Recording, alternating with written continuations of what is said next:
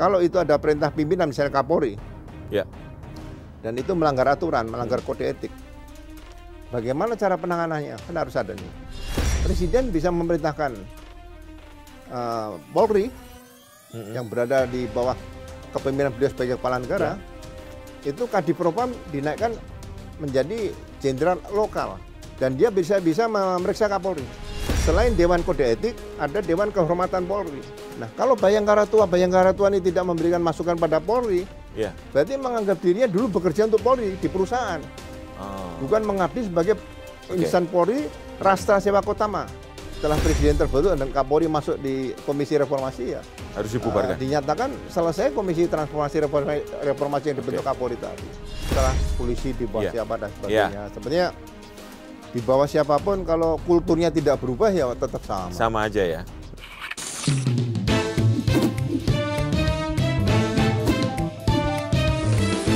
To the point aja.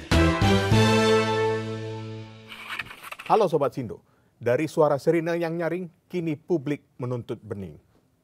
Dari seragam yang gagah, kini publik menagih marwah. Akankah tim reformasi Polri akan mengembalikan marwah yang seperti dulu, menambal luka lama, atau hanya sekedar jargon?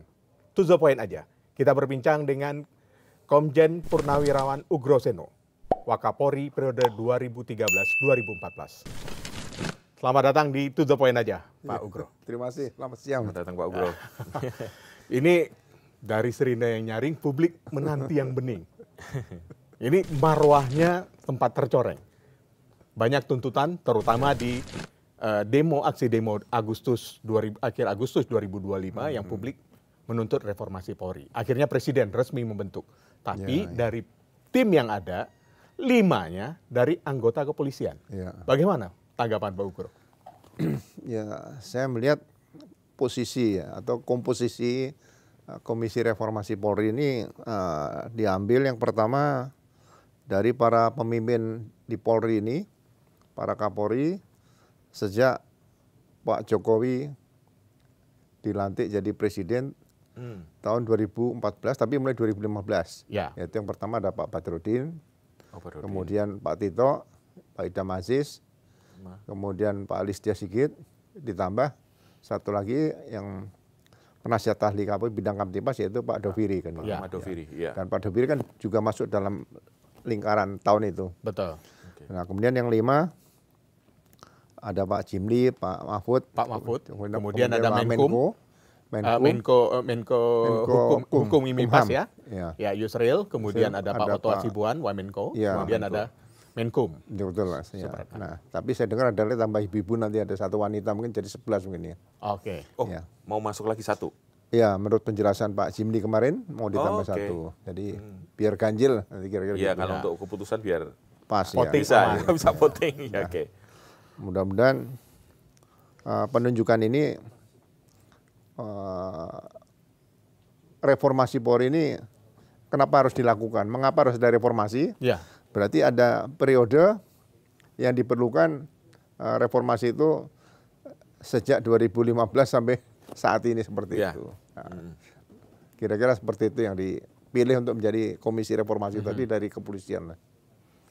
Nah, kalau harapannya publik ini direformasi, kalau Pak Ugro sendiri pada saat menjabat sebagai Wakapolri, banyak gak sih menemukan catatan-catatan yang perlu diperbaiki? Karena kan sifatnya polisi itu mengayomi, melindungi gitu. Ya, jadi pengertian tugas Polri memang kalau dibaca di undang-undang kan pelindung, pengayom, pelayan. Kemudian ada pemelihara Kamtimas dan penegak hukum. Kalau saya mengartikan tugas polisi kan ada yang uniform polisi berseragam dan polisi yang tidak berseragam. Biasanya reserse, intelijen dan sebagainya. Nah, tapi semua tugas polisi yang dalam hal pemelihara Kamtimas tadi misalnya kehadiran polisi berseragam di masyarakat itu kan lebih banyak mencegah memelihara Kamtimas jangan sampai ada gangguan. Nah, kalau sudah ada gangguan berarti ditangani oleh fungsi penegakan hukum atau polisi tidak berseragam di situ. Nah, kedua pelaksana tugas ini harus memegang peran sebagai pelindung, pengayom dan pelayan. Ya, jadi hal-hal yang perlu direformasi ke depan menurut saya sangat banyak seharusnya. Jadi sejak katakanlah pelantikan KKN pertama, Kepala Kepolisian Negara pertama Pak Sukanto ya. Ya. Bagaimana penanganan penegakan hukum kepolisian saat itu? Ya, sebagai contoh yang gampang itu adalah misalnya menembak lutut pelaku kejahatan, ya nanti dengan alasan melarikan diri dan sebagainya. Ya. Nah, sebetulnya itu harus dihilangkan seperti itu, karena polisi bertugas menghadirkan selain berkas perkara yang diduga pelaku tadi tersangka kepada jaksa untuk dibawa ke pengadilan. Nah, jangan sampai menurut saya para pelaku yang diduga pelaku yang belum mendapat vonis pengadilan sudah dieksekusi dieksekusi duluan. Nah, hal-hal seperti ini harusnya dilakukan perubahan. Oke. Jadi jangan sampai ini jadi semacam harus melakukan menembak lutut seperti itu. Mau nggak mau ini harus dirubah seperti itu. Sehingga ya mohon maaf kalau manusia itu semua ciptaan Allah ya, ciptaan Tuhan. Kalau bisa menangkap pelaku dengan hidup-hidup, kemudian bisa mau ke pengadilan, itu menurut saya kan lebih baik daripada harus dengan ya alasan melumpuhkan lah. Melumpuhkan semuanya kan tembakan kena lutut semua. Ya kalau melumpuhkan biasanya kan ya nembak kaki, atau kena bagian paha misalnya seperti itu. Tapi itu kan biasanya ada beberapa kasus yang kita temukan karena tidak ada jarangnya latihan sehingga sasarannya tembak kaki tapi mengarah ke yang lain gitu, Pak. Tapi kalau semuanya lutut berarti kan latihannya selalu lutut. Ya. Atau kita mau mengikuti seperti di Amerika, tidak ada tembakan peringatan, tapi kalau orang sudah diberikan peringatan oleh polisi harus angkat tangan. Jangan sekali-kali mengambil gerakan yang akan mencurigakan bahwa dia akan ngambil senjata. Nah, langsung ditembak kepala atau jantung. Karena dianggap mengancam. Mengancam. Makanya warga Amerika itu sudah tahu kalau berhadapan sama polisi pasti angkat tangan. Jadi tidak boleh ditembak kalau sudah angkat tangan seperti itu. Nah, ini mungkin harusnya kita juga melihat keluar ya. Outward looking bahwa ke depan Polri juga perlu mereformasi hal-hal seperti itu. Contoh saja lah ya seperti itu. Oke. Kalau melihat intensi atau perhatian publik terhadap tim reformasi Polri ini adalah salah satunya itu tentang peran Polri dalam politik praktis yang selama ini muncul istilah parcok ya. Kira-kira kalau Pak Ugro menilai dari komposisi yang tadi seperti apa itu Pak? Apakah memungkinkan membahas reposisi Polri terhadap apa yang muncul selama ini di publik bahwa mereka itu berpihak pada kekuasaan gitu Pak. Ya, jadi embrio yang disebutkan dalam tanda petik lah ya. Partai Coklat ini, Parcok itu sudah mulai ada potensinya 2004.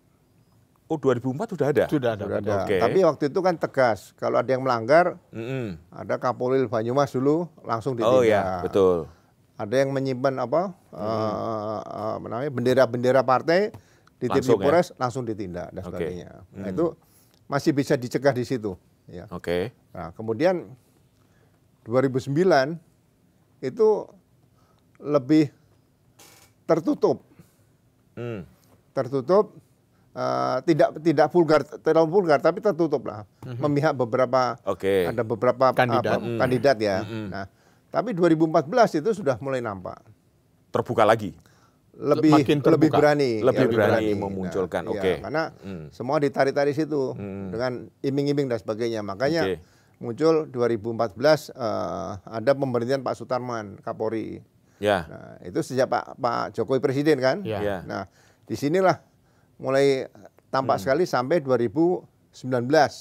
Ya kan, itu benar-benar kuat sekali, orang menduga pasti polisi terlibat di situ. Nah, 2024 juga sama, sehingga anggota yang di lapangan itu juga kebingungan.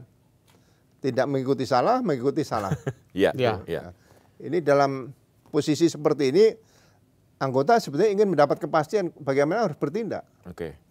Nah, kalau sekarang misalnya ada reformasi ya hal ini harus ditegaskan bahwa ke depan nanti 2029 kalau bisa jangan ada lagi hal-hal seperti ini. Kembalikan polisi sebagai aparat negara. Aparat negara. Ya, bukan aparat partai dan sebagainya, aparat negara. Jadi kalau ada yang melanggar harus ditindak tegas. Contoh makanya saya kadang-kadang katakan kalau itu ada perintah pimpinan misalnya Kapolri. Ya. Dan itu melanggar aturan, melanggar kode etik. Bagaimana cara penanganannya? Kan harus ada nih. Oke. Ya kan? Selama ini ada nggak Pak? Yang mengatur tentang dugaan misalnya seorang Kapolri melanggar etika profesi itu belum ada. Gitu loh. Tapi Pak Ugro pernah menolak perintah pimpinan. Ya. Itu artinya memang seperti apa nanti di dalam bentuk di reformasi Polri ini seperti itu? Makanya pengawasan terhadap pelaksanaan tugas Polri di lapangan atau dugaan pelanggaran etika profesi lah. Saya lebih banyak mengusulkan memperkuat fungsi Propam. Propam? Ya. Oke.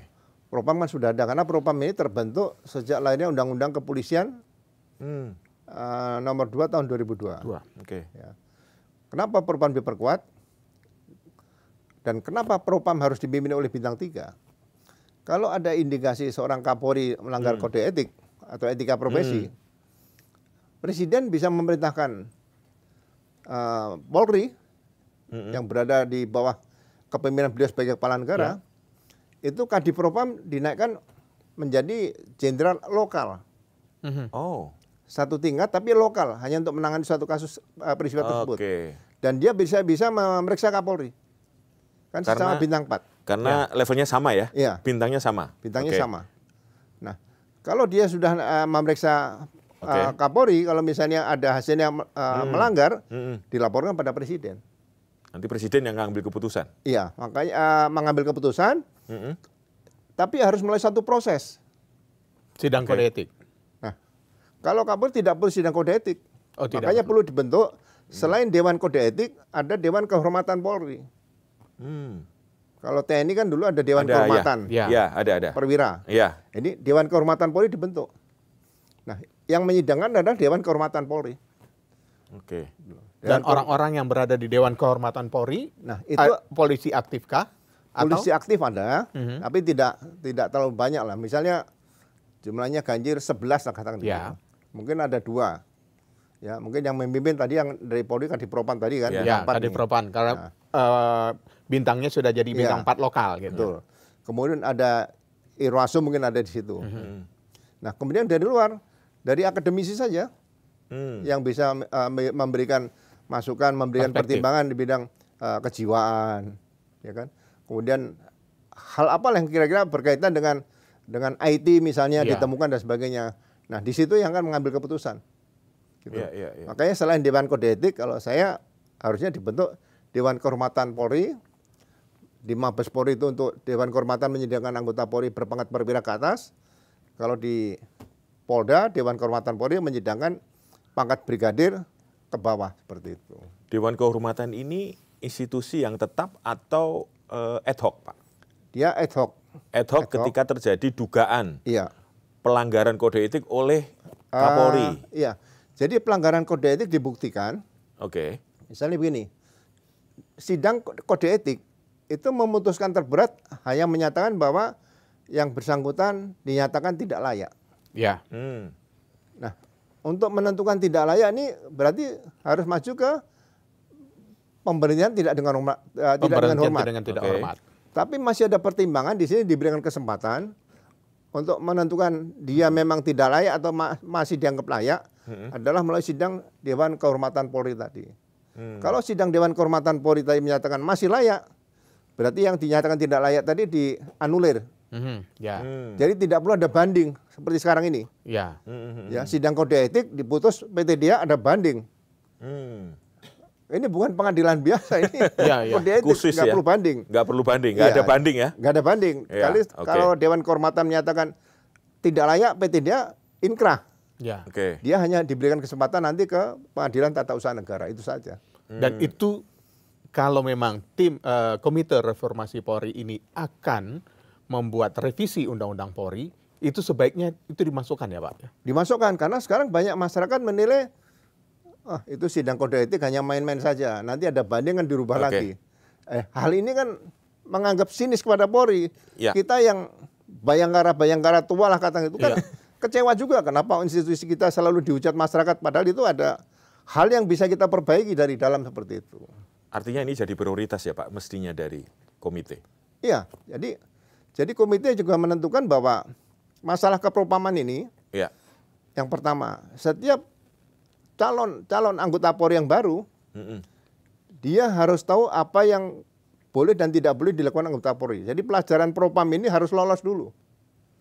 Yang pertama. Yang kedua, propam kalau di tingkat Mabes Polri ini, itu anggotanya minimal berpangkat letnan kolonel atau AKBP lah. AKBP. Dan dia sudah pernah Kapolres. Nah, dia harus bertugas di propam sampai mencapai bintang 2. Di jabatan fungsional di propam diperbanyak nanti, bukan jabatan struktural. Fungsional ya? Ya, dia sampai bintang 2. Nah, setelah bintang 2 dia bisa bergerak lagi nanti jadi Kapolda. Kalau dia hanya 1 tahun 2 tahun naik kombes, habis itu masuk ke daerah, yang bersangkutan pernah memeriksa Kapoldanya kan jadi konflik of interest nih. Nah, sehingga di Mabes Polri nanti yang bertugas di propam itu tidak ada berpangkat kompol ke bawah, tidak ada. Paling rendah adalah AKBP seperti itu. Ini kan kita elaborasi ini ya Sobat Indo, terkait berawal dari banyaknya isu parcok yang terjadi pada pemilu yang lalu. Tadi Pak Ugro sempat menjelaskan. Ya bayangkara-bayangkara yang di bawah ini kebingungan. Ini kami harus seperti apa? Karena memang tidak ada petunjuk yang jelas atau peraturan yang jelas terkait penanganan etika yang seperti ini ya Pak Ugro ya. Ya bagi saya bisa kan ada Undang-Undang Nomor 2 tahun 2002. Sekarang mungkin ada rencana ada revisi atau akan direvisi. Kan? Apakah bisa masuk tidak? Nah, kalau enggak dibuatkan semacam adendum peraturan presiden untuk memperkuat kepropaman tadi. Turunan dari undang-undang itu dibuat peraturan presiden. Peraturan presiden atau peraturan pemerintah. Peraturan pemerintah ya PP. Ya kan, yang apa dia yang dalam Undang-Undang Nomor 2 tahun 2002 dijabarkan lebih lanjut. Sehingga kalau ada dugaan-dugaan misalnya pelanggaran etika profesi berkaitan dengan masuk dalam politik, udah sidangkan Dewan Kehormatan. Kalau itu menyangkut perwira tinggi, langsung Dewan Kehormatan saja, nggak perlu kode etik. Nggak perlu sidang kode etik. Iya. Nah, pertanyaan berikutnya adalah di situ banyak mantan Kapolri. Apakah mereka mau membuat peraturan itu? Ini pertanyaan publik ya Pak ya. Kan ini kan mantan Kapolri, ini akan membuat aturan yang bisa menjebak saya gitu. Kira-kira Pak. Ya. Kalau sejarah Bayangkara ini kan sejak zaman Majapahit. Kalau setelah masuk polisi, pasti orang pada saat mendaftar awal sebagai polisi itu tujuannya kan mengabdi kepada negara dan bangsa melalui Polri. Berarti saya katakan kalau sudah menjadi anggota Polri berarti dia menjadi Bayangkara. Yang sebagai pengawal negara ini. Nah, Bayangkara itu berhenti pengabdiannya pada saat dia meninggal dunia, dimakamkan, diserahkan ke pangkuan Ibu Pertiwi, dan diiringi dengan tembakan salvo ke atas. Itu selesai pengabdian. Nah, kalau Bayangkara tua ini tidak memberikan masukan pada Polri, berarti menganggap dirinya dulu bekerja untuk Polri di perusahaan. Bukan mengabdi sebagai insan Polri, Rastra Sewa Kotama. Abdi utama dari nusa dan bangsa. Nah, pengabdian ini nggak boleh terputus sampai yang bersangkutan berada di liang lahat tadi, seperti itu. Dengan diiringi tembakan salvo. Iya. Jadi kalau seorang mantan Kapolri sekarang dimasukkan dalam tim reformasi, ya kalau nanti kan yang memimpin ada Pak Jimli nih, ada Pak Mahfud MD. Kalau kira-kira beliau menilai bahwa yang bersangkutan kira-kira tidak aktif memberikan masukan dalam rangka reformasi, ya lapor Pak Presiden lagi, ganti, kan masih ada Kapolri sebelum Pak Badrudin ada Sutarman masih bisa. Sebelum Pak Sutarman ada Pak Timur bisa masuk situ. Ya. Diambil yang atas lagi. Gitu loh. Kan setelah Pak Listio belum ada nih, kan terakhir Pak Listio nih. Terakhir Pak Listio. Nanti Kapolri yang baru siapa? Ya mungkin masuk juga di situ. Sekalian daripada membentuk tim sendiri nanti seperti itu ya. Artinya memang boleh ketua itu mengusulkan pergantian anggota komite reformasi? Ya kalau itu jadikan keberadaan yang bersangkutan malah menghambat, ya lebih bagus diganti kan, lapor presiden. Oke. Dengan surat keputusan yang baru nggak ada masalah bagi saya. Nggak ada masalah ya? Iya. Jadi ini bukan sesuatu yang tidak bisa diubah? Bukan harga mati. Bukan harga mati. Iya. Okay. Dengan komposisinya Pak Ugro, bagaimana Pak Ugro melihatnya? 5 dari Bayangkara. 5 dari 10. 5 dari 10 sekarang. Nanti akan tambah 1 lagi ya? Iya, tambah 1 perempuan bagi saya. Mungkin kalau mau ditambah lebih bagus. Tapi kalau 13 kan sial ya, nggak enak ya. Ini nambah 1 11 nih. 11. Lagi ganjil 13 nih ya. Nah, mau dibikin 15 mungkin lebih bagus, nggak ada masalah. Demi kebaikan supaya lebih depan. banyak masukan. Ya, lebih banyak masukan. Nah. Kalau andekan, kalau menurut Pak Ugro, kalau ada potensi penambahan, itu sebaiknya dari non-Polri atau dari Polri lagi gitu. Ya sebaiknya dari non-Polri. Non-Polri ya? Polri udah cukup banyak. Udah cukup, 5 udah cukup ya mewakili. Mungkin kalau mau ditambah 1 lagi ya. Tapi kalau 1 kurang. Kalau mau 15 ya 7 dari Polri, 8 dari luar. Dari non-Polri. Ya. Oke. Kan harus ganjil-ganjil terus itu. Ya, betul. Ya, untuk mengambil keputusan ya Pak. Ya, tapi yang dari luar kalau genap kan nggak apa-apa, nggak ada masalah. Jadi ini momentum Komite Reformasi itu untuk melihat keseriusan negara, pemerintah dalam memposisikan Polri nanti ke depan. Yang tadi dalam 10 tahun terakhir ternyata menimbulkan banyak kekecewaan. Itu kan fakta ya Pak ya? Fakta di lapangan. Nah, ini momentum. Nah, kira-kira akan diambil nggak ini momentum ini? Kira-kira ya, karena kan beberapa masih ya suara-suara untuk meragukan lah ini gimana ini tim reformasinya, komposisinya ya agak kecewa gitulah Pak ya, kira-kira ya Pak ya. Ya. Bagi saya di bidang pelayanan masyarakat ya, itu banyak membutuhkan energi luar biasa untuk memperbaiki. Oke. Ya, jadi peraturan-peraturan Kapolri yang menyangkut masalah petunjuk-petunjuk teknis. Sekarang ini di bidang penegakan hukum kan ada peraturan Kapolri nomor 6 tahun 2019. Iya. Ya, saya sudah mencoba mempelajari itu, sangat aneh peraturan Kapolri itu. Seharusnya peraturan Kapolri jangan dikaitkan dengan penyidikan tidak pidana, karena penyidikan tidak pidana itu sudah ada aturan di hukum acara pidana. KUHAP. Iya. Dulu stratifikasi petunjuk-petunjuk teknis dan atau taktis, itu ada stratifikasinya, petunjuk dasar, induk, pelaksanaan.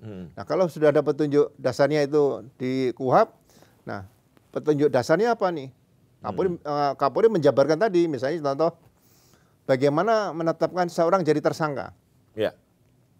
Yang sekarang ramai kan masalah kaitan dengan ijazah palsu. Iya. Nah menetapkan sebagai tersangka ini petunjuknya bagaimana? Harus dilengkapi dengan apa yang bisa menentukan bahwa seseorang bisa dinyatakan tersangka. Itu harus jelas. Nah, sehingga kalau petunjuk ini sudah jelas, kalau nanti ada pelanggaran, Propam bisa bergerak di situ. Nah, ini tidak profesional seperti itu.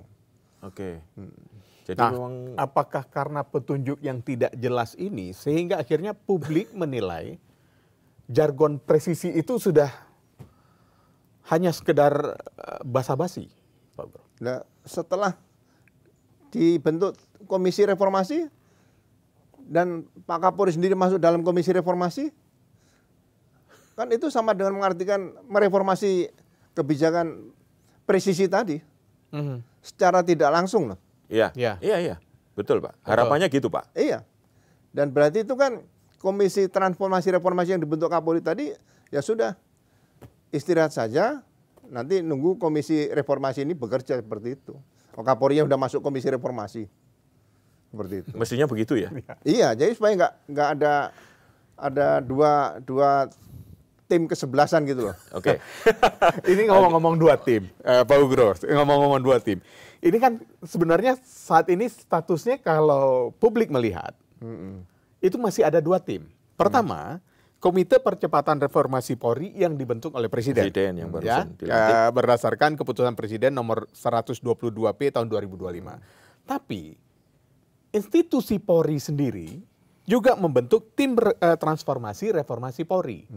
Yang kita juga belum pernah didengar tim ini dibubarkan. Apakah nggak jadi tumpang tindih?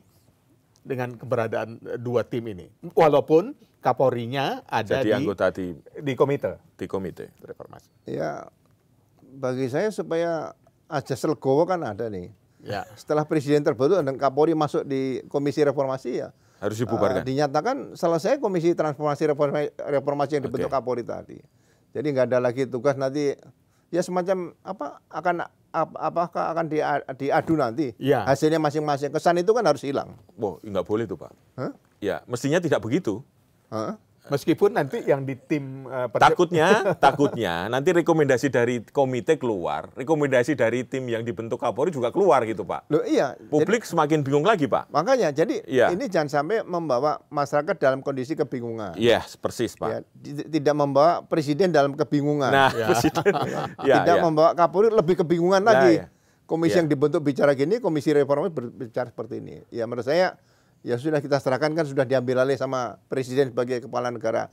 Kita harus satya Prabu, setia kepada negara dan pimpinan negara. Udah gitu aja Pak. Ya. Tapi kalau seandainya tim transformasi Polri ini bertugas membantu menyusun, kan yang sedang digalakkan itu human policing ya Pak ya. Bagaimana polisi karena dinilai pelayanannya yang humanisnya masih kurang. Nah, kalau hanya tugasnya membantu untuk memperkuat rekomendasi yang akan dibentuk, yang diterbitkan oleh komite, bagaimana Pak? Tidak harus menunggu hasil komisi reformasi.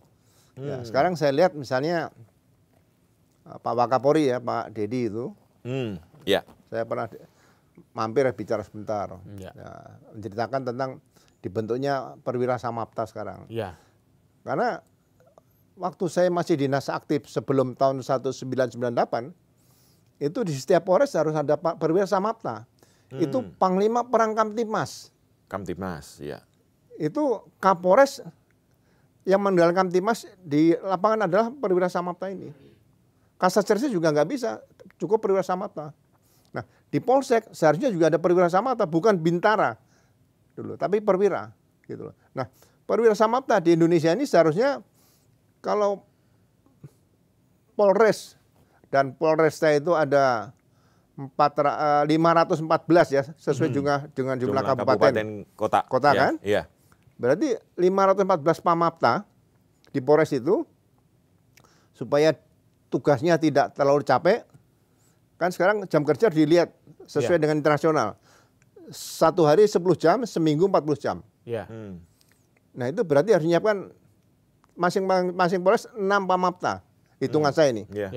Berarti 6 kali 514 kurang lebih ada 3.000 berapa? 3.084 Pamapta. Nah, kalau Polsek ada 5.000 lebih mungkin sekarang. Atau katakanlah 6.000 lah. 6.000 juga sama. Kali 6. 6.000 kali. 36.000. Nah, berarti seluruh perwira lulusan Akpol nanti diharapkan bertugas sebagai Perwira Samapta. Awal tugas loh. Awal tugas. Tugas pertama ya? Iya, kemampuan Perwira Samapta harus diajarkan di Akpol. Dan juga perwira-perwira yang dari brigadir menjadi perwira atau sekolah inspektur polisi. Itu menjadi Pamapta. Nah ini harusnya direformasi ke depan nanti sehingga Pamapta tadi adalah bagian yang menerima laporan kembali seperti zaman dulu Pak. Perwira Samapta bisa menentukan. Perwira Samapta tidak memerlukan dokumen SP2 lidik. Perwira Samapta, begitu masyarakat lapor seperti dokter, bisa menentukan saya terima laporannya karena ada potensi pidana di dalamnya. Atau ini 50-50, ini ada pidana perdata, tapi tetap saya terima. Atau yang ketiga, ini bukan pidana. Itu seorang Pamapta bisa menentukan. Tanpa melalui sekarang SPKT seperti itu. SPKT ini kan terlalu lama prosesnya. Sehingga orang merasa puas dilayani oleh polisi. Nah, laporan yang diterima tadi kalau pidana langsung lanjut ditangani reserse.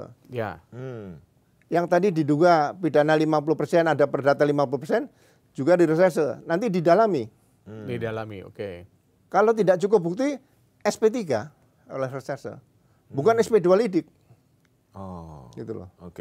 Ini mungkin yang harus dikembangkan nanti oleh Komisi Reformasi dengan yang saya katakan tadi, polisi juga bisa mendahului Komisi Reformasi merubah sendiri itu dulu. Ya, yang kira-kira akan menjadi polisi yang lebih humanis daripada yang sebelumnya seperti itu. Daripada ini akan ada wajah baru dari penampilan baru dari kepolisian yang lebih serambi pengayom, depan. Serambi paling depan ya Pak ya? Paling depan ini Pak Mafta. Harus diubah ya Pak ya? Ya, kemudian yang kedua misalnya yang jadi masalah kan penanganan unjuk rasa. Ya. Nah, sejarah unjuk rasa ini tahun 98 dirubah dengan Undang-Undang Nomor 9 tahun 98. Masyarakat yang menyampaikan pendapat di muka umum cukup memberitahu polisi. Jadi bukan izin ya? Bukan minta izin. Betul. Memberitahukan? Iya. Oke. Memberitahukan, datang, kemudian ninggalin surat dan diarahkan oleh polisi. Nanti, jangan melaksanakan unjuk rasa sampai malam hari. Ya, jangan di tempat ibadah dan sebagainya. Atau fasilitas publik yang lainnya yang bisa menimbulkan gangguan dan sebagainya. Nah, setelah itu mereka melaksanakan. Jadi tidak ada harus membubarkan mereka, ada. Silakan laksanakan. Kalau mereka melaksanakan ada potensi gerakan-gerakan yang anarkis, yang menangani pasukan Brimob, bukan Dalmas Sabara. Sekarang saya sendiri melihat apa bedanya Dalmas Sabara dengan Brimob. Yang Dalmas Sabara mengamankan lokasi sekitar tempat unjuk rasa tadi. Nah, langkah Brimob juga tidak harus dibubarkan, dicerai-beraikan, tidak. Langkah Brimob dengan diatur Peraturan Kapolri nomor 1 tahun 2009. Penggunaan kekuatan dalam tindakan kepolisian. Hadir. Nah, Brimob memberikan peringatan. Misalnya mereka mulai anarkis atas nama undang-undang, seluruh benda yang akan mengakibatkan gangguan terhadap jiwa dan tubuh manusia letakkan di tanah. Itu perintahnya polisi, itu perintah undang-undang itu. Bukan langsung disemprot dengan water cannon, bukan, atau peluru karet, bukan. Harus ada perintah dulu. Harus ya, ada. Pak Ugro, ya. Makanya polisi menurut dosen PTK saya dulu, Profesor Dr. Sacipto Raharja almarhum, polisi adalah hukum yang hidup, bukan hukum yang mati. Nah, ini harus diciptakan seperti itu. Maka jadi polisi itu cukup berat. Nah, ini untuk yang saya katakan tadi, untuk perubahan-perubahan yang masyarakat lebih membutuhkan perubahan yang cepat ya, perubahan cepat yang untuk Polri tidak perlu menunggu Komisi Reformasi nanti menghasilkan produk yang mungkin juga nanti untuk melengkapi yang perubahan sekarang ini. Gitu. Artinya perubahan internal di institusi Polri itu juga harus dilakukan sejalan dengan paralel perubahan yang akan dibentuk oleh komite. Nah, Pak Ugro, soal kedudukan ini juga menjadi perdebatan juga. Kedudukan Polri ini sebaiknya di bawah menteri atau di bawah presiden yang seperti sekarang. Ini menjadi perdebatan juga, Pak. Ini menurut saya ini harus dijawab oleh Komite Reformasi Polri menurut saya. Jadi tarik menarik masalah polisi di bawah siapa dan sebagainya. Sebenarnya di bawah siapapun kalau kulturnya tidak berubah ya tetap sama. Sama aja ya. Nanti misalnya di bawah Menteri Hukum. Iya, misalnya. Menteri Hukum lain tugasnya cuma satu. Pak Kapolri, tolong itu ponakan saya belum masuk Sespim. Tolong belum jadi Kapolda. Ini juga kultur itu nggak berubah. Ya. Kalau saya tetap polisi tetap seperti sekarang ini, ya kan. Kemudian sejarah-sejarah di bawah menteri dulu yang dulu pernah tahun 46 kan pernah menjadi Menteri Muda Kepolisian, Menteri Kepolisian di bawah Perdana Menteri dan sebagainya tuh. Kemudian Menteri Panglima Angkatan Kepolisian, Departemen Angkatan Kepolisian. Itu kan sudah perjalanan sejarah pernah dilakukan. Masa kita akan mundur jauh ke belakang lagi? Tapi kalau misalnya ada seperti di Cina ya, Kementerian Minister of Public Security, keamanan publik. Kalau di Cina itu kementerian itu mengurusi strategi pembangunan, kemudian budget tentang masalah kepolisian, imigrasi dan bea cukai di Cina. Nah, kalau ini bisa ada dibentuk Kementerian Keamanan Dalam Negeri, itu bukan atasan Polri. Sama dengan Panglima TNI dengan Kementerian Pertahanan. Ya, bukan atasan di situ. Tapi pengadaan, anggaran dan sebagainya di situ. Anggaran. Nah, itu masih bisa dilakukan seperti itu. Kalau ini bisa dibentuk sehingga seperti BNN, BNPT dan sebagainya ini cukup dibentuk Satgas di bawah kementerian tadi. Tidak lembaga baru lagi. Termasuk KPK. Masalah korupsi kan bisa ditangani di situ Satgas. Nah, KPK dibubarkan, tanya oleh Presiden, Pak Kapolri sanggup nggak nangani korupsi seperti KPK? Kan nggak mungkin Kapolri menjawab tidak sanggup, pasti sanggup, ya laksanakan itu saja.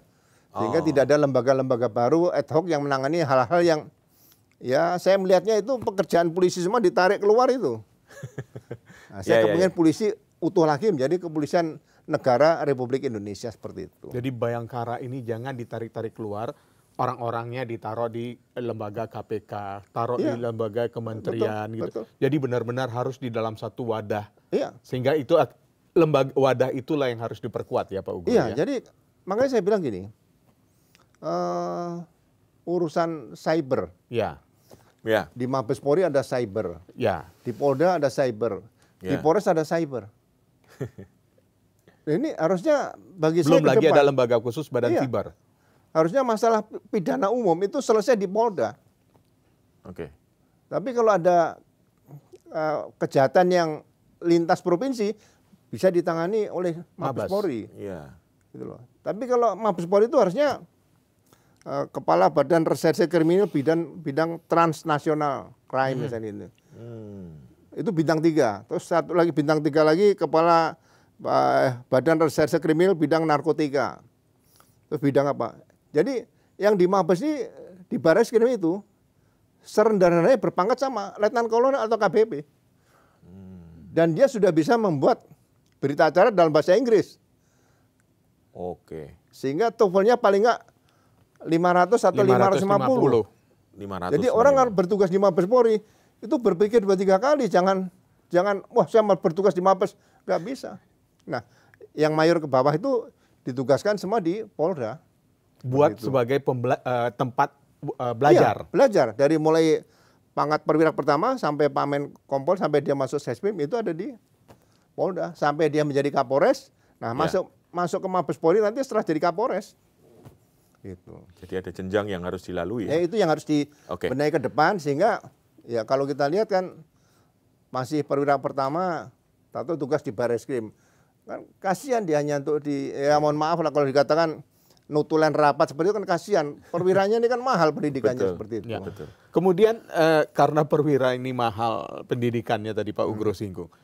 Bagaimana Pak Ugro melihat merit system yang ada di Polri? Kita publik juga sering mendengar ya kalau ingin sekolah ya ada titipan-titipan lah, siapa cantolannya, buang jangkarnya ke harus pohon yang kuat sehingga pegangannya kuat gitu Pak Ugro.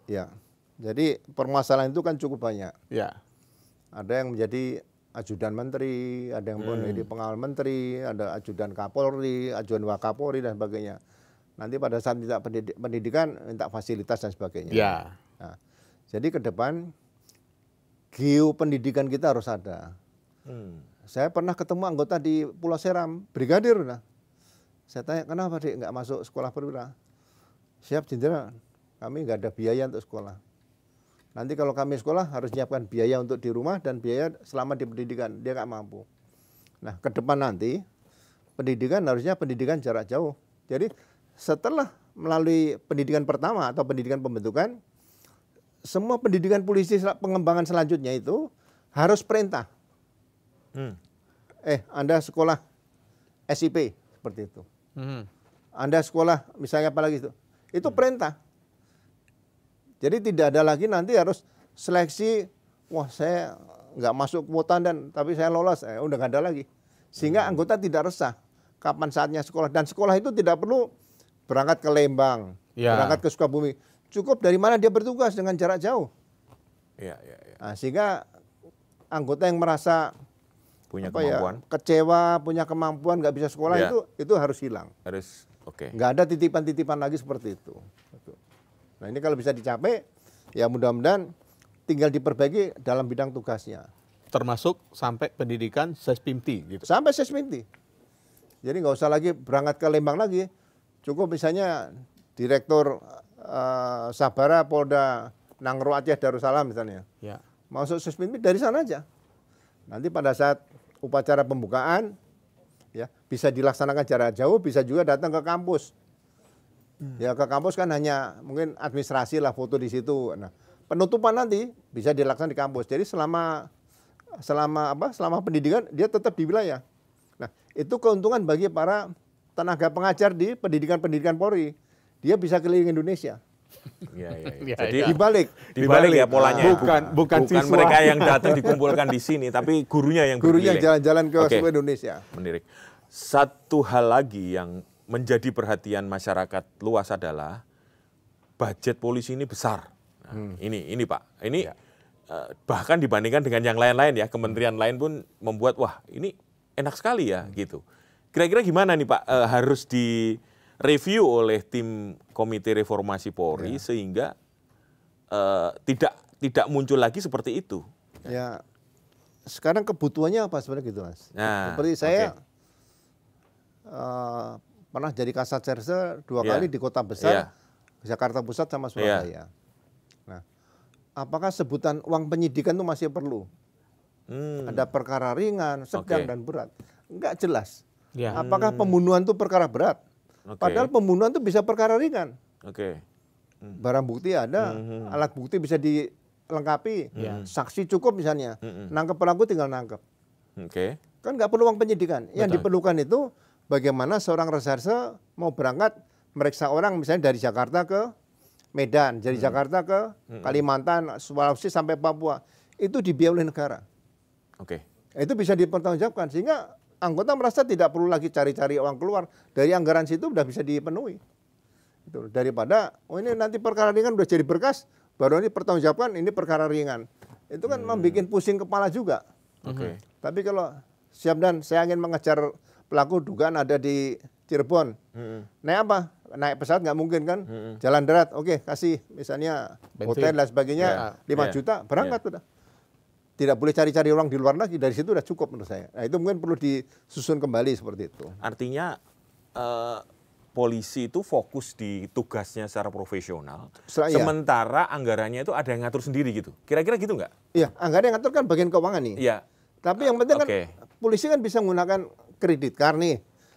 Mau ngejar orang ke Surabaya, jangan mempertanggungjawabkan uang dulu. Dia langsung berangkat ke bandara, gunakan kredit card, nanti penggantian dari situ. Anggota polisi seperti polisi Amerika, mau datang ke Indonesia waktu saya masih Wakasat Narkotik. Itu mereka langsung terbang. Pakai kredit card, nanti diganti oleh pemerintah sana. Kalau pandangan yang tadi menarik, nyambung dengan usulannya Pak Ugro bahwa ada kementerian seperti Kementerian Pertahanan yang mengatur sebenarnya budget-budget dari 3 angkatan ya. Apakah ini juga bisa menjawab tantangan bahwa budget ini sudah pas atau belum gitu? Misalnya Kementerian Dalam Negeri tadi ya, Kementerian Keamanan Dalam Negeri. Keamanan publik lah. Keamanan publik. Itu yang ngatur semuanya gitu Kak. Jadi tidak ada kepolisian itu ngatur sendiri dari anggarannya sendiri gitu kan. Kira-kira gitu nggak Pak? Ya, check and balance saja. Nah itu maksudnya. Jadi di situ nanti anggaran berapa dilaksanakan oleh Polri. Jadi kalau kita melihat beban asisten perencanaan dan anggaran itu di Polri cukup berat sekarang. Nah, iya. Tapi kalau ada dirjen, misalnya yang ngatur ya, dirjen strategi Kamtipmas. Iya. Dirjen anggaran di situ ada kan ini membuat ringan. Tugasnya dari perencanaan. Asrena tadi kan iya. Tapi bukan membawai loh, yang jadi permasalahan kan membawai tadi ini, penyakitnya di situ. Iya. Karena kata membawa itu sensitif ya Pak ya? Sensitif sekali. Ini posisinya sama. Iya, oke. Ini kemudian yang jadi pertanyaan terkait itu ada membawai semua. Tapi kan kemudian yang sering, kalau Pak Ugro tadi mencontohkan, polisi dari Amerika bisa terbang dengan dia menggunakan kartunya sendiri, kartu kredit cardnya sendiri, kemudian terbang ke Indonesia, tangkap orang-orang yang dia cari, kemudian setelah pulang baru dipertanggungjawabkan semua. Tapi kan ada budaya yang sangat melekat sekali di masyarakat kita. Markup. Bagaimana mengatasi hal yang seperti ini Pak Ugro? Ini kan selalu ditakutkan. Sehingga tadi yang pertanyaan Mas Pung, anggaran Polri ini terlalu besar dibandingkan kementerian. Sehingga nilainya pun kerja nggak jelas gitu akhirnya. Jadi begini. Saya juga pernah tugas United Nations ya, pasukan perdamaian PBB ya. Itu kita mau pemakaian BBM nggak bisa. Kita mau ngisi BBM dimanapun kita bertugas, diisi saja. Bikin weekly report, laporan mingguan. Weekly report itu nanti setiap 1 minggu kita akan ada rumusnya ketemu. mobil yang saya bawa ini 1 liter untuk 7 kilo. Ya. Oke. Kalau Toyota Land Cruiser waktu itu. Kalau itu nanti 1 liter untuk 5 kilo, masuk bengkel dicek. Begitu di bengkel, oh ternyata nggak benar 117. Nah itu diperiksa propam. Ini kok kenapa bisa 15? Rumus yang salah atau ada potensi membuang kencing di jalan gitu. Ya. Tapi buat apa? Kalau kita udah tertib, bensin dipenuhi, anggota nggak mau macam-macam. Ya kan? Oke. Nah seperti itu. Jadi kita belajar dari dunia luar bahwa mau tertib tuh harus pakai rumus seperti itu, nggak bisa korupsi. Gitu. Jadi sistemnya tidak memungkinkan untuk bisa markup main-main itu ya Pak ya? Nggak akan bisa karena sistem dibangun, nggak bisa. Berarti sistemnya udah benar-benar harus kuat ya Pak ya? Iya, jadi untuk kalau mengunci itu.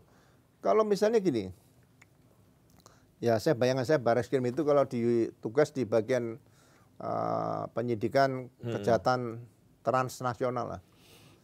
Berarti kan setiap saat dia bisa berangkat ke luar negeri. Iya. Tapi berangkat ke luar negeri bukan dalam rangka foya-foya. Ada tugas ke sana misalnya mencari DPO, Iya. ya, mencari misalnya Joko Chandra waktu itu, ya kan, terbangnya langsung. Ada surat perintah, oke, terbang. Jadi dia juga tidak perlu pakai visa ini, kan nanti ada hubungan Hubinter kan ada nih, Interpol. Tinggal telepon saja, ini ada anggota polisi, mohon dibantu di sana. Kan komunikasi antar polisi antar negara kan sudah bisa dilaksanakan. Nah, berarti ini kan profesional Polri di dalam negeri dan di luar negeri kan diakui dunia juga seperti itu. Gitu loh. Ya.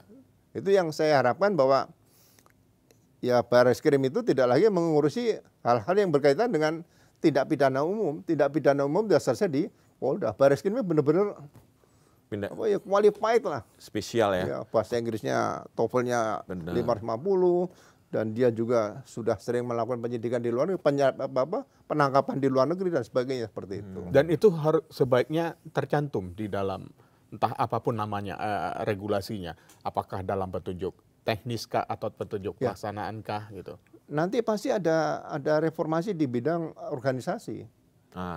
Seperti contoh misalnya, apakah masih perlu ada pasukan sabara di Mabes Polri?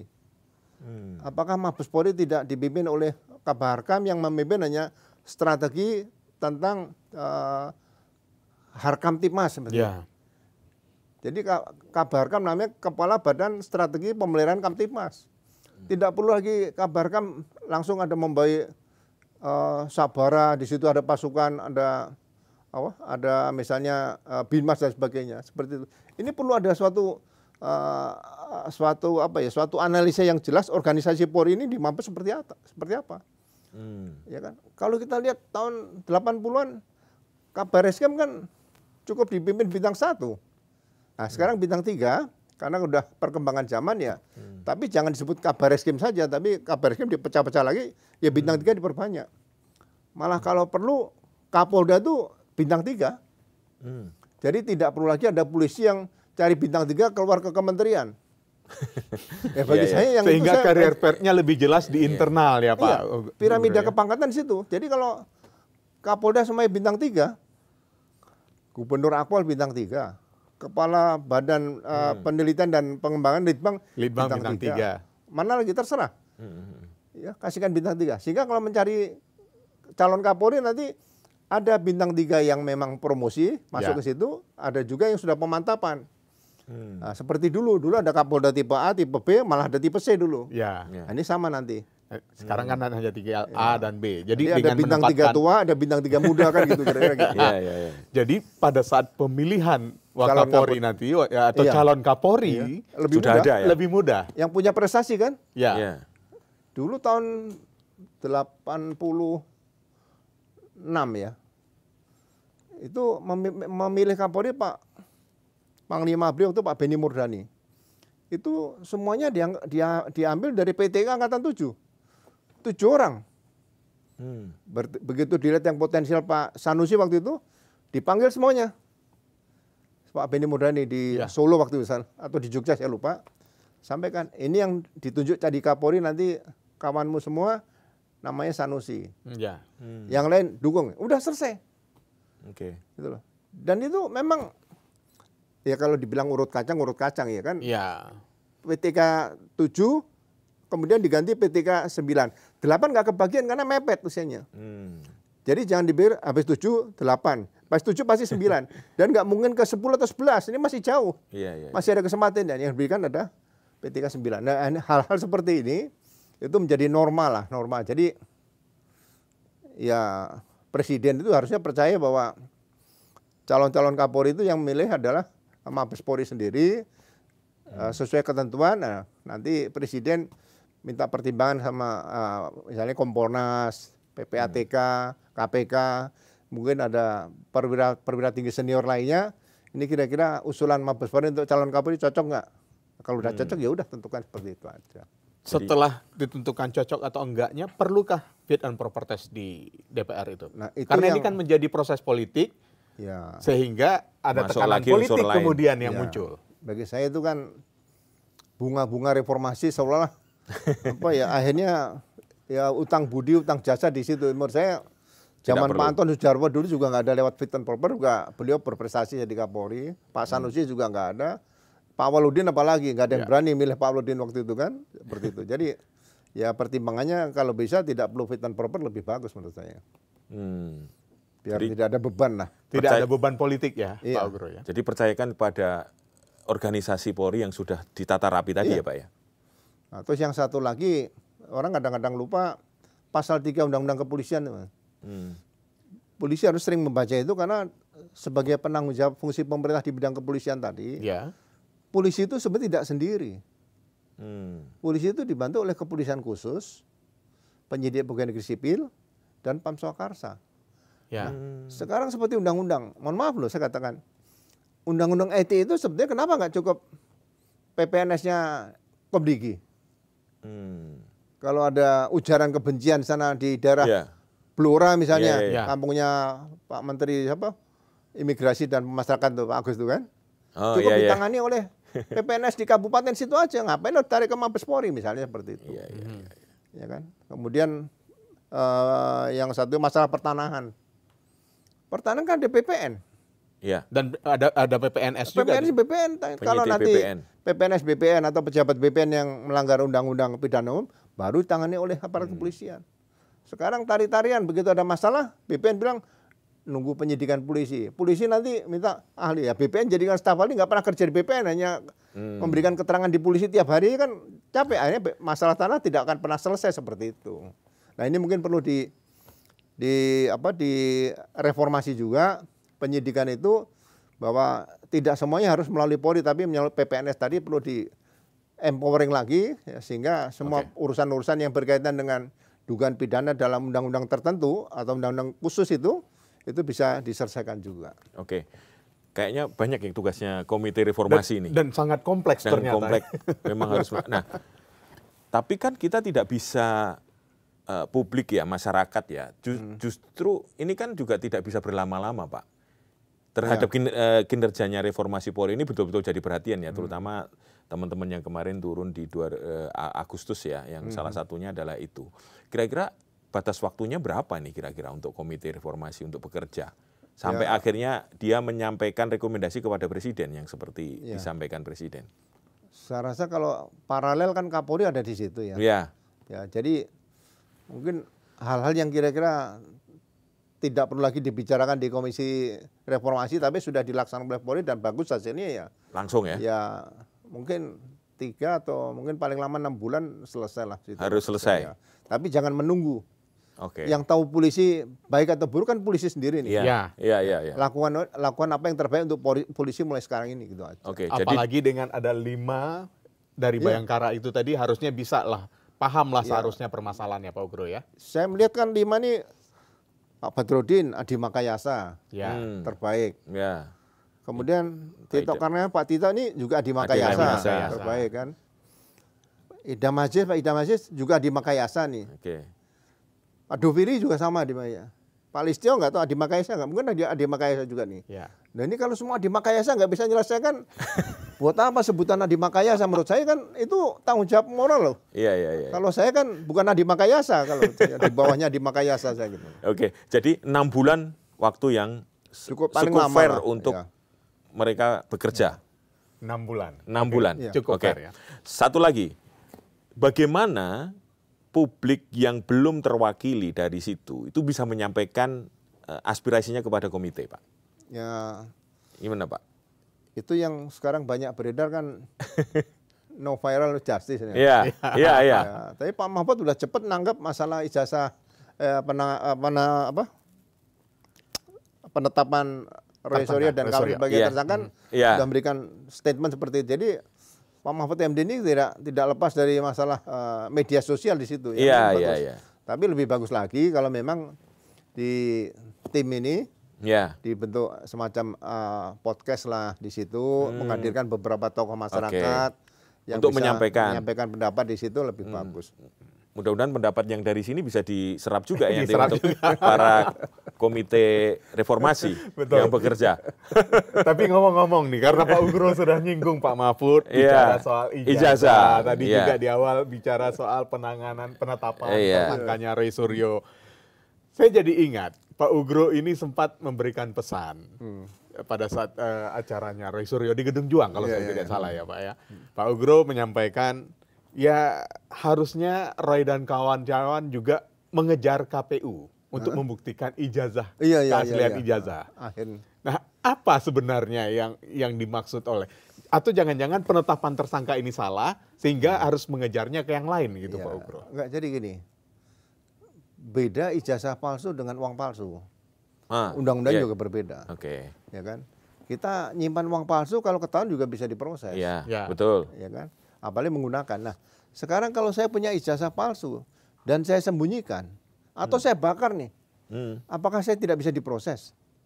Saya tidak bisa diproses menyimpan ijazah palsu atau menghancurkan ijazah palsu kalau tidak saya gunakan. Nah, karena ijazah palsu digunakan, berarti kan ini ayat 2-nya bermain di sini, menggunakan ijazah palsu tadi di KPU kan? Nah, KPU kan bisa jadi tersangka juga. Nah, kalau nanti sudah dibuktikan di ayat 2-nya bahwa pengguna kena, berarti nanti pengguna ditanya, ini dari mana? Oh, dari pemilihnya. Pemilih kena di situ, ditarik semua. Jadi kalau sekarang, contoh lah kan misalnya ijazah itu yang pemilih Pak Jokowi misalnya, udah saya bakar aja. Apakah itu menyelesaikan masalah? Belum. Karena sudah digunakan di KPU gitu loh. Nah, ini beratnya situ. Artinya 2 KPU itu harus diperiksa juga ya? Diperiksa KPU Solo, Jakarta dan Pusat. Jakarta dan 3 ya berarti ya? Iya. Karena itu ada aspek penggunaan. Penggunaan di situ. Untuk konsultasi pejabat publik. Betul. Jadi harusnya KPU itu sebagai penyelenggara untuk pemilihan kepala daerah, calon anggota legislatif dan presiden, atau kepala daerah tadi ya diteliti sebenarnya bagaimana ijazah. Jangan dianggap, wah ini calon presiden, cukup sini fotokopi ya, nggak bisa, Pak. Gitu loh. Mungkin dibutuhkan anggota intelijen di situ yang bisa mencari informasi seperti itu kan. Andai kan, jadi gini, andai kan nanti terbukti palsu, itu berarti yang harus diadili pertama adalah KPU dong, Pak? KPU dan bersama-sama pasal 5556 masuk dengan yang pemilih tadi. Pemilih ijazah tadi. Iya. Yang menyerahkan tadi, kemudian yang menggunakan untuk syarat administrasi kan kena semuanya itu. Jadi bukan yang mempersoalkan ya? Bukan. Yang mempertanyakan. Nggak kena. Itu kan ya sebagai masukan ya. Contoh misalnya banyak orang nyalon bupati setelah jadi lawannya mengatakan ijazah palsu. Nah, kita bisa segera nangani, tanya sekolahnya di mana. Bisa langsung aja, nggak butuh waktu lama-lama. Oh ternyata ada foto. Makanya foto perangkatan kalau lulus itu penting di situ. Foto bersama dulu SD kan ada nih. Kan? Itu sebenarnya bukan foto biasa, itu barang bukti, itu alat bukti suatu saat kalau nyalon presiden ya kan. Buku tahunan itu ternyata barang bukti ya Pak Ugro ya. Sekarang begini Pak Ugro, kalau di dalam kasus bupati ada kemudian lawannya menyebutkan ijazahnya palsu, polisi cepat bergerak. Kalau seandainya ini kan mantan presiden nih Pak Ugro, ada tantangan berat gak sih polisi untuk mengungkap, waduh, ini mantan presiden kalau yang mau kita lidik gitu. Ya sebetulnya kalau kita kembalikan kepada polisi negara, kita nih bukan lagi polisi Bayangkara Majapahit dulu ya. Kerajaan Majapahit itu kan pengawal raja dan keluarganya saja. Kalau sekarang polisi negara ya negara. Sebetulnya itu sudah dibuktikan dulu waktu Kapolri Pak Bimantoro, Pak Jenderal Bimantoro, Direktur Reserse Polda itu almarhum Pak Bambang Alekriatmojo. Ya. Ya. Itu memeriksa Gus Dur sebagai saksi dalam kasus Bulog itu nggak ada masalah, dan Gus Dur siap, nggak ada masalah sebagai saksi. Beliau mungkin pernah melihat, mendengar gitu kan, dan diperiksa di istana nggak ada masalah, saksi. Ya. Nggak ada masalah. Nah itu peran polisi sebagai kepala negara. Oke. Peran polisi sebagai polisi negara. Ya. Nah, tapi kalau presiden diperiksa sebagai kepala pemerintah di situ. Tapi kalau presiden sebagai kepala negara, polisi nggak bisa, karena itu ada yang ngatur sendiri, yaitu di MPR atau DPR yang menangani seperti itu kan. Seperti itu. Jadi hal seperti ini perlu diatur lagi dalam petunjuk-petunjuk tadi, ada petunjuk teknis dasar, induk, pelaksanaan seperti itu. Jadi jangan sampai ada keraguan-keraguan seperti itu.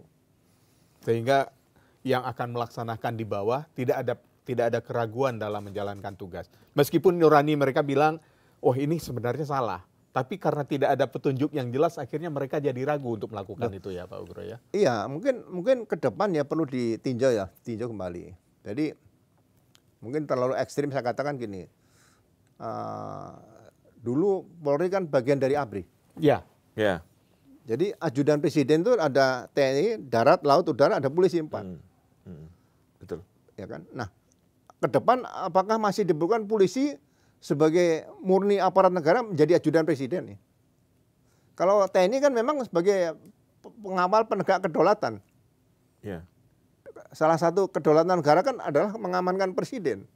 Ya. Nah itu pengamanan presiden, ajudan presiden cukup dari TNI. Tapi kalau Polri nanti ya mohon maaf saya katakan, apakah Polri itu masih ke depan masih dibutuhkan untuk hadir sebagai ajudan presiden? Nah supaya tidak ada keraguan-keraguan gitu loh. Ya, baik. Oke. Ini perlu satu pemikiran yang mendalam ke depan nanti. Tidak ada lagi nanti setelah reformasi tadi ya kesan-kesan keraguan-keraguan kalau misalnya ya presiden sebagai kepala pemerintah kalau diperiksa sebagai saksi atau menteri diperiksa sebagai saksi ya aturannya sudah ada, ya disitulah peran polisi sebagai aparat negara sebagai di bidang penegakan hukum dengan aturan-aturan undang-undang yang sudah jelas yang sudah ada di Indonesia seperti itu. Baik, Pak Ugro. Jadi sebenarnya nggak ada masalah kalau mantan presiden ya Pak ya. Untuk Kalau diundang, diperiksa di pengadilan pun juga sebenarnya nggak ada sesuatu yang merendahkan martabat, nggak ada ya. Di muka hukum kan sama. Ya equality before the law, semuanya sama lah, nggak usah. Iya, semua sama kan ya, Pak. Yang penting etika pemeriksaan, makanya etika penegakan hukum itu harus diciptakan juga, diatur bagaimana etika penegakan hukum itu. Ya. Kalau misalnya mantan, ya diperiksa di kediaman nggak ada masalah. Nggak ada masalah. Ya. Orang sakit diperiksa di kediaman nggak ada masalah. Ya, jadi humanis itu kan perlu dibangun. Ada sila kedua Pancasila, kemanusiaan yang adil dan beradab. Ya, kan dalam penegakan hukum kan harus tetap ke situ juga. Nah, itu persis. Artinya sebenarnya sudah bisa mengacu kepada sila kedua sebenarnya dalam penanganan itu ya Pak. Ya, nggak perlu dikatakan, perlu polisi yang Pancasilais. Nggak perlu, yang penting actionnya itu sudah mencerminkan seperti itu kan, itu aja. Ya. Baik, kalau gitu Pak Ugro, terima kasih telah hadir di To The Point aja. Kita perbincangan menarik sekali. Menarik banget ini. Terutama bisa jadi masukan untuk reformasi Polri ya. Dan Pak Ugro berharap target 6 bulan bisa terpenuhi. Iya, insya Allah. Dan lembaga Polri itu akan menjadi lebih baik. Karena dari komite dan tim reformasi, publik menunggu bukti, bukan janji. Karena di negeri ini keadilan tak butuh seremoni, tapi keberanian menegakkan integritas setiap hari. Saya Eka Kazuma. Saya Pung Purwanto. Sampai jumpa di To The Point berikutnya. Terima kasih Pak Ugro. Terima kasih. Selamat sore.